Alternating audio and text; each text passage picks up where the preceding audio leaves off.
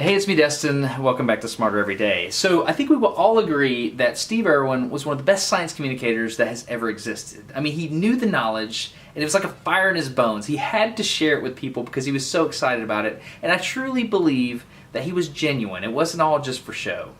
I get that. I wanted to be like Steve Irwin. I really did. So fast forward several years. I'm on the Great Barrier Reef and I'm diving, and I learned that the guy that is teaching me this stuff, Dr. Jamie Seymour from James Cook University, I learned several days into interacting with him that he was actually on the boat when Steve Irwin died. And so I started asking questions, and I asked him if I could do an interview after we became friends, and it felt appropriate to do so. Steve Irwin was in a different boat when he was hit by the Stingray. He was brought to Croc 1, which is where Dr. Seymour was. Dr. Seymour was there because he's an expert in venomous animals. He was there to inform Steve and be an expert on the animals that Steve was going to be handling. Steve Irwin was a husband and a father, and he loved other people and wanted to communicate how awesome the world was, and I get all of those things. He was a human being. So, Dr. Seymour interacted with that human being, Steve Irwin, for a few days, and it was the last few days of his life. So, I just want to take a minute and listen to what Dr. Seymour has to say and see what Steve's effect was on his life. All right, so you are the expert toxinologist, I've learned? Yep. Did I get it right? Got it right that time, yep. Right. And so you were telling me that you were actually involved in one of the craziest things that's ever happened in the marine biology world, or at least most public, right? So, what happened? Yeah, that's when we lost Steve. Look, Steve Irwin. Steve Irwin, yeah. Short answer to the whole scenario was, Steve was filming a very large stingray, probably 2.5 meters across from wingtip to wingtip. Unfortunately, came in from the back end of the animal with the sun over his shoulder. The, for want of a better word, shadow hit the ray. The ray thought he was a big shark. Whipped the tail up. Tail's gone up. The barb, which was probably about that long, went between two ribs and ended up stuck in the bottom half of his heart. Really? So what you ended up with is, for the want of a better word, think of a stiletto wound into the left ventricle of your heart. And you were there. You were there. Yeah. So what were you guys doing? You were filming? We were filming a film that Steve was making. It had a whole variety of things, but it was looking at Ocean's Deadliest. And so Steve had rung me probably 18 months beforehand going, we want to make this film about Ocean's Deadliest. In fact, Steve didn't. One of his mates did. He said, oh yeah. And I said, oh, who's it for? He said, oh, no, you wouldn't know it. It wouldn't matter. And this went to and fro, went on for like about 6 or 7 months. And eventually I said, who are we doing this for? Yeah. And there was this, oh, we're doing it for Steve Irwin. And I went, okay, I don't think I want to do this. And the answer was, why? I said, Steve's an idiot. He's a dead set idiot.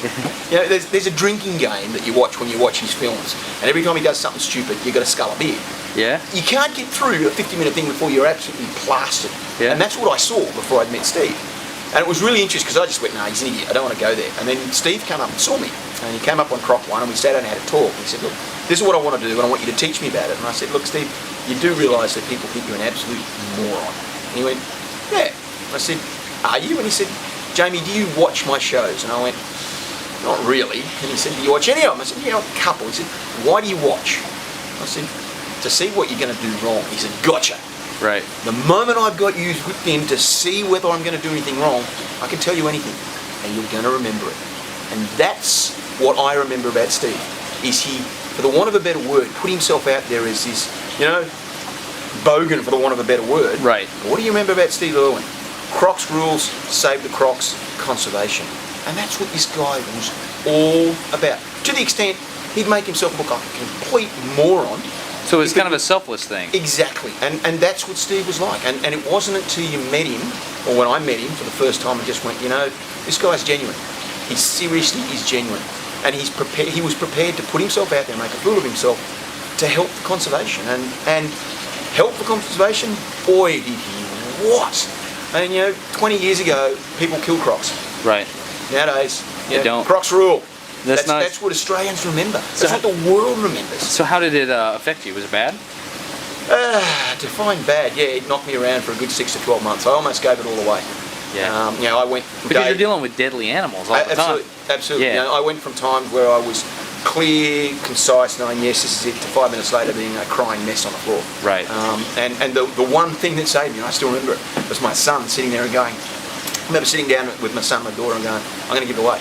I can't do this. And my son said, why? I said, Ben, if I do this, I could die. And both he and Amelia, my daughter, said at the same time, but Dad, that's who you are. Yeah. And I went, what? And I said, Dad, it doesn't matter what you do, you're going to be out there. You're going to do these sorts of things. You know what you're doing. you've never had a problem before, why change? Yeah. And that stuck. And then the next thing, the pair of them both said, apart from that, if you don't do it, how do people learn? Yeah, and so, I mean, you're dealing with deadly animals, and if you don't understand more about deadly animals, more people die. Exactly. And so it's, So what you're doing is a big deal. Yeah, I guess it is, but it never feels that way. Yeah. And it's always, it's the sort of thing you just do on a daily basis, and a lot of people go, you take lots of risks and things, but we actually don't. And it's one of the big things that I talk about with a lot of people. Some people go, I've been bitten by 55 snakes and I'm still alive. And it's like, that's 55 mistakes you made. Right. And that's the way I look at it too. I've been hit 11 times by irukandji jellyfish and ended up in hospital in all of them. That's 11 mistakes I made. Right. And I'm not proud of it.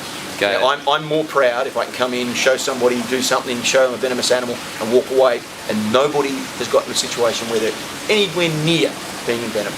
That's the bit when I go, I've done it. Well, you certainly taught me a lot, and that's good. Yeah, I appreciate it. I like your teaching style too. It's very good. Out there. Yeah, no, it's good. You're very engaging. So anyway, that is Dr. Jamie Seymour. I really appreciate his time. So if you want to, do you have anything going on that you want people to know about? I mean, you've spent a lot of time with us.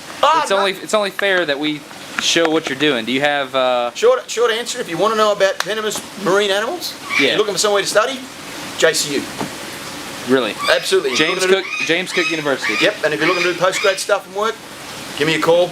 We're always looking for good quality postgraduate students. And you actually teach the venomous animals course here, right? Absolutely. Yeah, yep. That's awesome. Well, thank you so much for your time. Jamie really did spend, 3-4 days. He went felt like weeks. It felt like weeks. He went out into the water with me, even though he had other stuff to do. So, really appreciate it. Thank you very much. Pleasure. Yeah, pleasure. I'm Destin. Get smarter every day. Have a good one. So I hope this gave you more insight into Steve Irwin's life rather than just focusing on his death like most media tends to do.